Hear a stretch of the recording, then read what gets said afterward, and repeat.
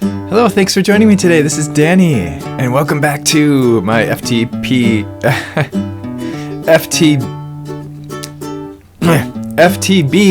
Feed the Beast Infinity World. I'm just sitting here chilling out on my little courtyard deck, reading, catching up on some reading. Reading the Engineer's Manual from Immersive Engineering, because today we are going to be doing some immersive engineering stuff. And I've already done a little bit of work kind of clearing out an area over here, and I've even got a chunk loader set up because I want just this area chunk loaded. But this area is going to be the site of our new engineering workshop, and we're also going to build a lightning rod and a large bank of capacitors of high voltage capacitors. And then, just for fun, we're gonna have some high voltage wires running from some power lines running from here to our power plant, and they're going to connect into our main capacitor bank that we have over here, which currently stores 500 million RF.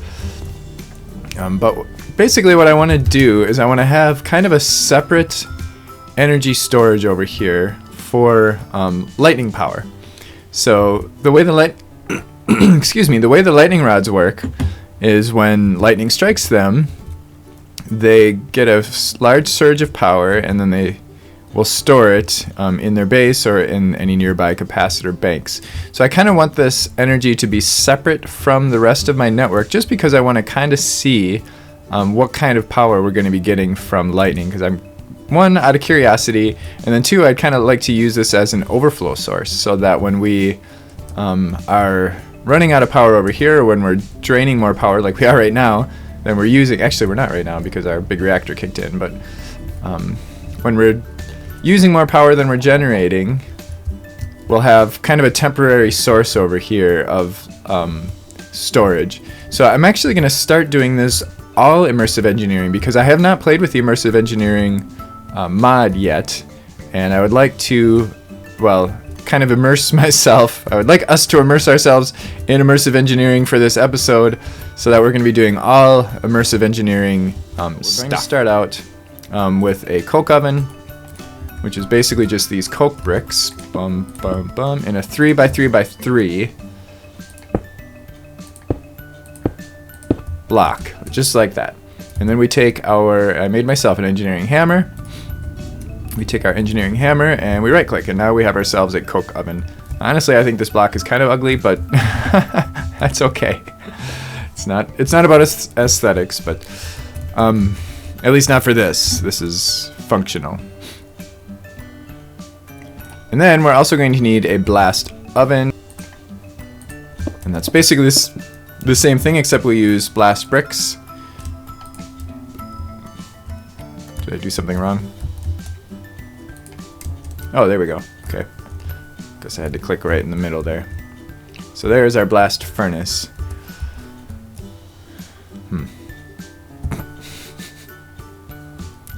Some of the stuff in this mod looks really cool, but these are ugly. Anyway, I'll just keep my opinion to myself. So here's our blast furnace. We're gonna drop, this is our coke oven. We drop some coal in there and a lever. And it's got all the information that we need about immersive engineering. So most of the stuff in this mod is multi-blocks, and the only way to really know how to build the stuff is either to watch a YouTube video and watch somebody else put it together, but it's kind of hard to remember, when you watch a video. So this manual will tell you everything. And what we just created now is a coke oven, and in here it shows you how to do that. These are the bricks, and then it just shows you how to put it all together. They've got everything up and running. These coke ovens are pretty slow, so I set up 2 of them, and I also did some auto crafting. I've got a tank of creosote oil here, which these are filling up. So normally there's 2 things that we can do with these coke ovens. One is to create coal coke, which is coal which is like coal, but it has twice the burn time, and it's more energy dense. And then the other thing is to create creosote oil. It's similar to the Railcraft coke oven. It does kind of the same thing, but it's immersive engineering. So what I did, because these things, so what you do is you're going to need bottles of creosote for many recipes. For instance, treated wood needs a bottle of creosote. And normally what you would do is you would put a bottle in here, and then it would come out a bottle of creosote. So you put an empty glass bottle in here, it comes out a bottle of creosote. But I want to be able to hold a lot more creosote than just this. And so I have some fluid pipes coming out of the top, some fluid conduits. They're the Ender fluid conduits. And they're pumping into this open blocks tank. I've got 6 of them up there, I believe. So now we can hold a lot more creosote oil. And then under that I have a fluid transposer, which is automatically pulling oil from the tank.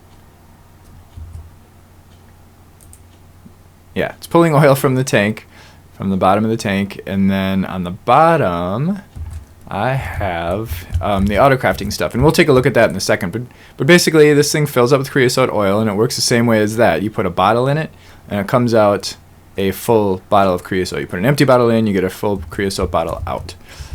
So then we've got our blast furnace, and what our blast furnace does is it burns coal coke, the coal coke that's produced by the coke oven, and it produces steel. So you put iron in there, and you get steel out of it.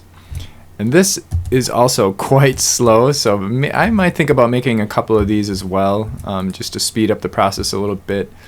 But I've got auto crafting set up for this as well, so I've already made a couple of steel ingots. But if we auto craft a steel ingot, you see it takes 1 iron ingot and it gets 1 steel ingot. So if we click start and then we look in here, we should see that this guy is working now. It's making an iron ingot. And then the same thing over here. If we ask for some creosote oil, we've got 1 so far. Click start, we should see this guy working, and then poof, it disappears. So let's take a quick peek at the auto crafting I have down here. It's kind of a mess right now, but I will clean it up eventually. I just wanted to get everything working. So I've got this little guy. I have a mini chest, which is a chest that has which holds a single stack. I've got it holding coal, and I just have an export bus coming out of my ME system so that this thing is always full of coal. So then I've got some conduit connectors that are putting coal into my coke ovens. And then down here, and then also they're extracting. So I've got them set to in-out. So they're also going to extract the coke, the coal coke, once it's been produced. And then I have a tesseract here, which is doing 2 things for us. It's providing power for our fluid transposer, because this guy requires power, and it's also pulling items. So I've got some item conduits going into it, and it's pulling coal coke and steel. So when these guys produce coal coke, it ends up going into the tesseract.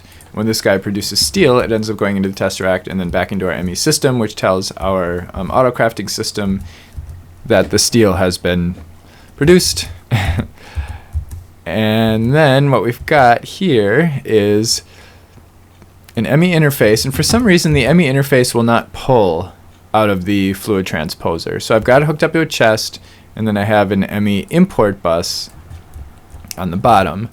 So then I have, now the Ender IO conduits can push and pull into the fluid transposer on the same side, as long as the setting is this setting. And we've got our Ender IO conduits. I have a basic item filter. This is in and out. So the insert, it's allowing glass bottles to come in, and the filter for the extract is allowing bottles of creosote to come out. And then here, it's just accepting everything, because the only thing that will ever come in and out of here is what this filter is allowing. So this chest, whoops, that is a byproduct of some testing that I did that didn't work out. So let's just put those back in here. So this chest is basically, it's got an ME interface on it, which has a recipe that says it can create a bottle of creosote oil from one glass bottle.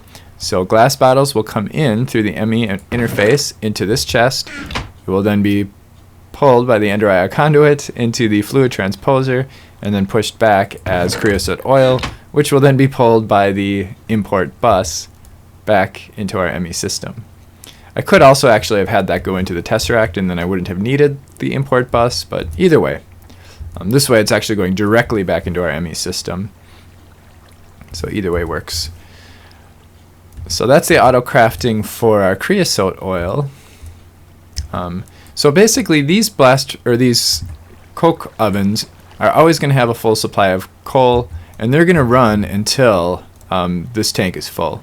And then they're going to fill up their own tanks, and then they should stop. Over here we've got our blast furnace, and this one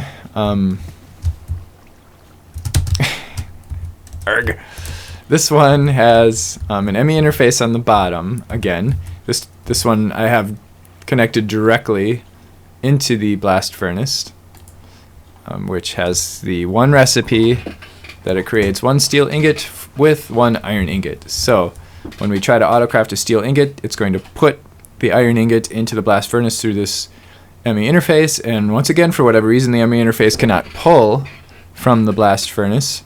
So we have an Ender IO conduit over here, which is doing two things actually. It's inserting on channel green. That's how we're getting the coal coke in here, and the priority is 1.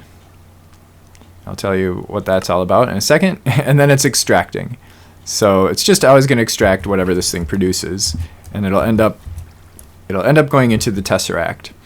So the Tesseract is on the same item network. It's on channel green, and it's pulling steel ingots and coal coke at a priority of 0. This thing is pulling coal coke, although we don't have to specify because that's the only thing that it can pull, at a priority of 1. So that means whenever coal coke is produced by our coke ovens, it is first going to go into the blast furnace, and once the blast furnace is full and it cannot accept any more coal coke, it'll then end up being pulled by the Tesseract because it's at a priority 0. Steel and treated wood are things we're going to be needing for the next recipes that we're going to be... Be quiet. I'm recording. The next recipes that we're going to be creating. Now we're ready to make our lightning rod. So we have to make 9 of these lightning rod bases, as it shows in the book. Make 9 of the lightning rod bases, and then we just put a steel rod, which is basically the steel fencing, which I have a bunch of. I'm probably going to make more, going up into the sky. And the higher the rod, the more likely it will be to be struck by lightning, just like in real life. And then you can also put a kind of a grid on the top of it, which will further increase the possibility of being struck by lightning. So we're going to have to make quite a few things here that we have not made before. We have to make this capacitor, which I'm actually planning on making a whole bunch of these. We need a whole block of lead, some steel, some aluminum, and some treated wood. So here's where we need our treated wood again. I found out that these refined iron ingots are ore dictionaried with steel, and I've got a ton of them. I think I quarried those industrial craft. I mean, they must have showed up in the world because there's no way I would have crafted that many refined iron ingots. So that is pretty cool. So I almost didn't even need to make the blast furnace. It's also ore dictionaried with railcraft steel as well as Tinker's Construct steel.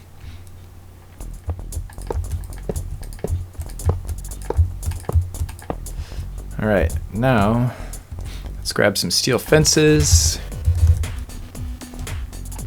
Probably going to want to make more of those, but we'll start with these for now. Crap.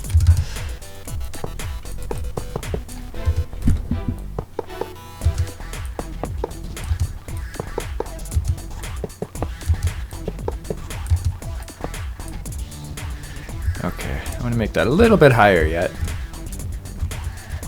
And then we take our hammer, our engineer's hammer, and we right click.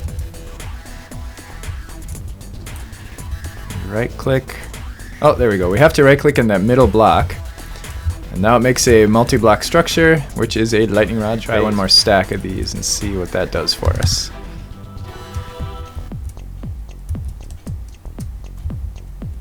And then we'll have to, I have a weather controller from Draconic Evolution, which is currently set to stop the rain whenever it starts raining. Of course, we're going to have to change that.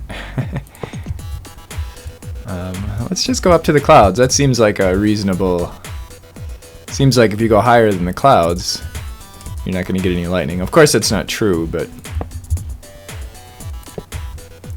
Then we can do this to kind of make a little grid on the top.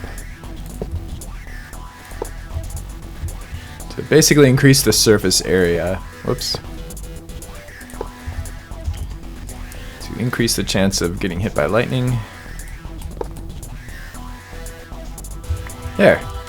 There we have it. Our big old lightning rod. And we're already at a pretty high elevation here. And we're going to change this to Thunderstorm. Why not, right? See what happens. So that's going to give us a Thunderstorm.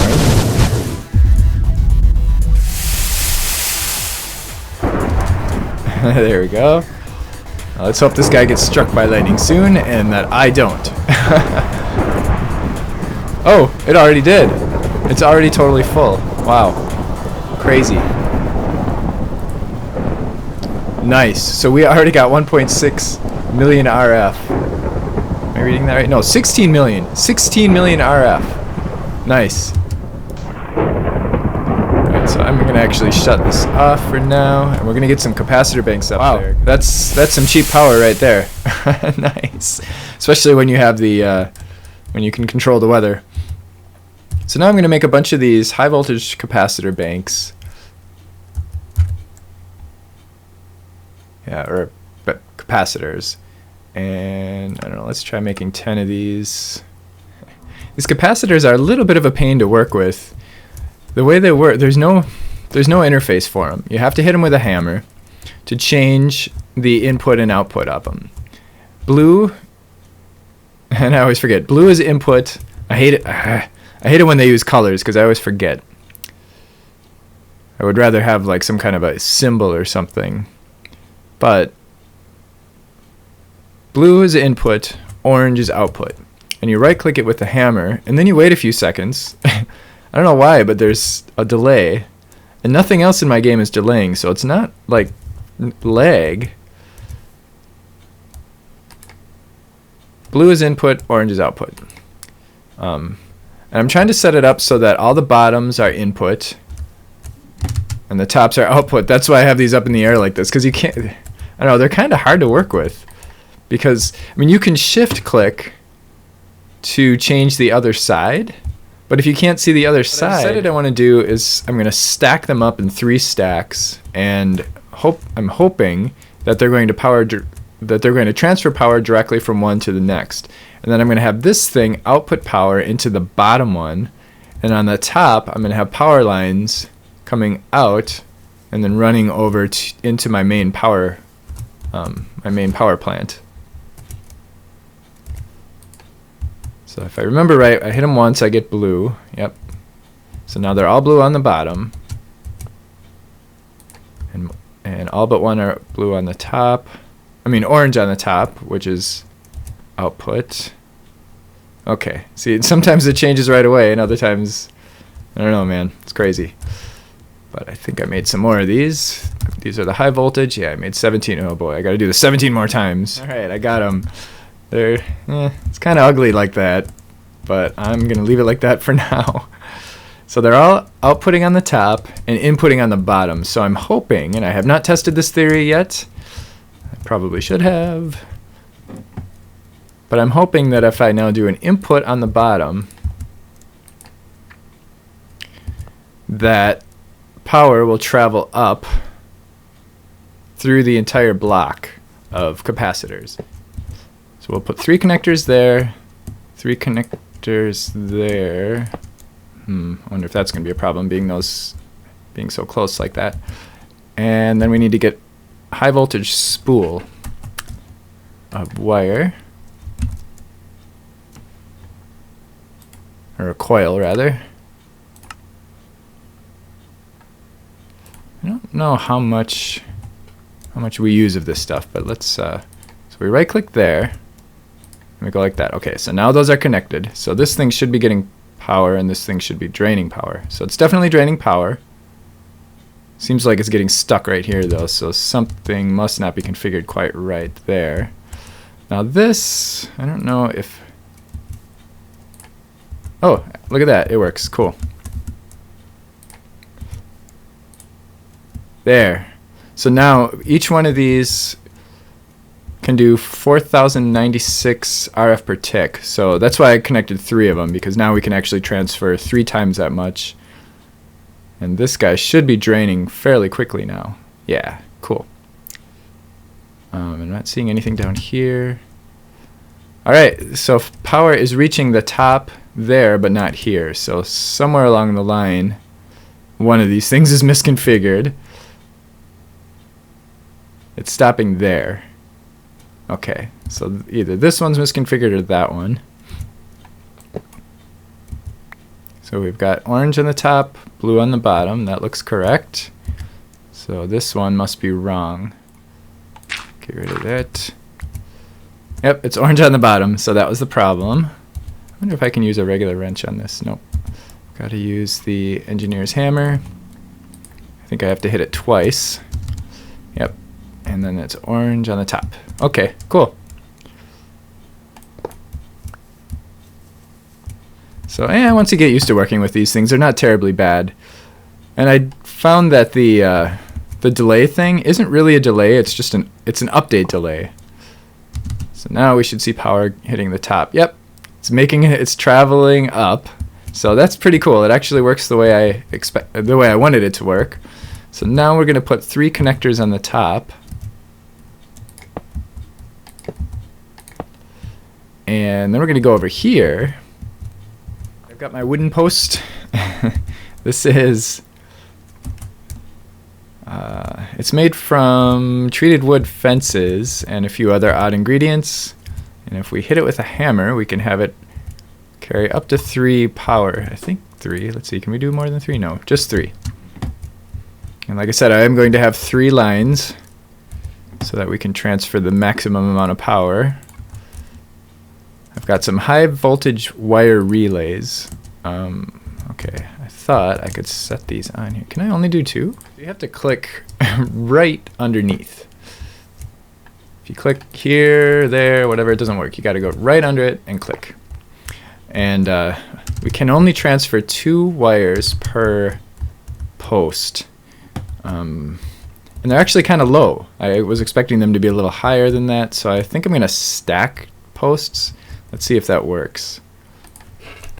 Yeah. So there's our first power line. Yay!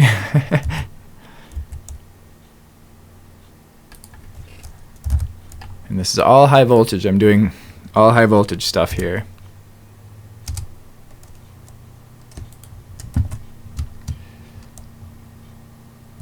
Because honestly, the high voltage isn't really even that high. I mean, 4096 RF per tick, you know, that's not really all that much.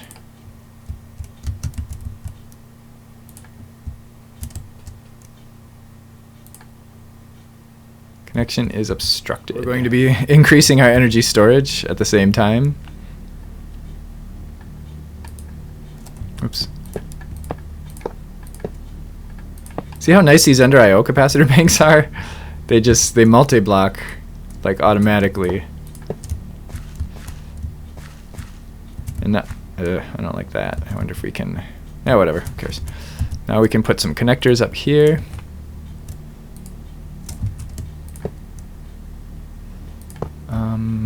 Crap, let's go like shoe, and then I'm going to set these guys up to input only, just to make sure that power doesn't get sent in that direction, because that wouldn't make sense. We don't need power out there. We're only producing power out there. Alright, there's one wire.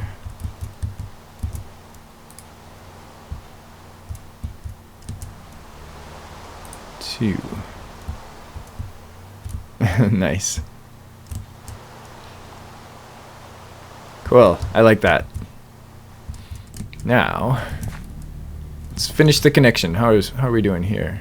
Oh, all right. So there's actually still some, or that capacitor bank is not totally full. That means we should start seeing it fill up very quickly. Yes, nice. Nice.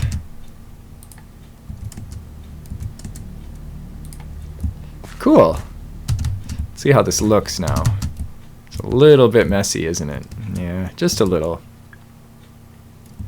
This is definitely more work than using like Ender IO conduits and stuff, but it's so much more fun. I mean, it's just because of the whole realisticness of it.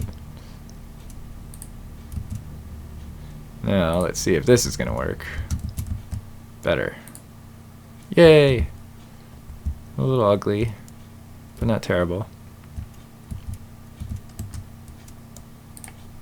It's all about aesthetics, man. I mean, the whole purpose of this for me is aesthetics. If I didn't care about aesthetics, I would just use power conduits. So if it doesn't look good, it kind of defeats the whole point. Hey, what happened here? Did it tell me it was obstructed? I didn't look. No, okay. There. Nice.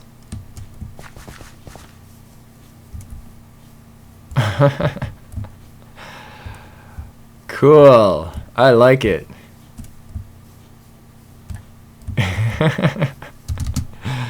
It's kind of funny though. I mean, we've got all these power lines just to run power that short distance. That's not terribly realistic, but that's okay. And I've got myself a new little workshop. I'm calling it the Engineer's Workshop. I've also added some trodden dirt and some coarse dirt just to kind of make things look like this is a real work site. I've got a torch. And in here, this is my little workshop. I've got a engineer's workbench, which I have not had an opportunity to use yet, but apparently this you can use to upgrade some of your tools. And of course I've got my travel anchor here so that we can move. We can jump back and forth. So that's it. That's what we've done today. We've got our coke oven and our blast furnace and our creosote automation, auto crafting, and everything is all automated here, so we should never actually even have to touch these machines. They will always be fully stocked with coal, and this will always be fully stocked with creosote oil and coal coke, so we should be good. I can actually fly through these. That's pretty cool.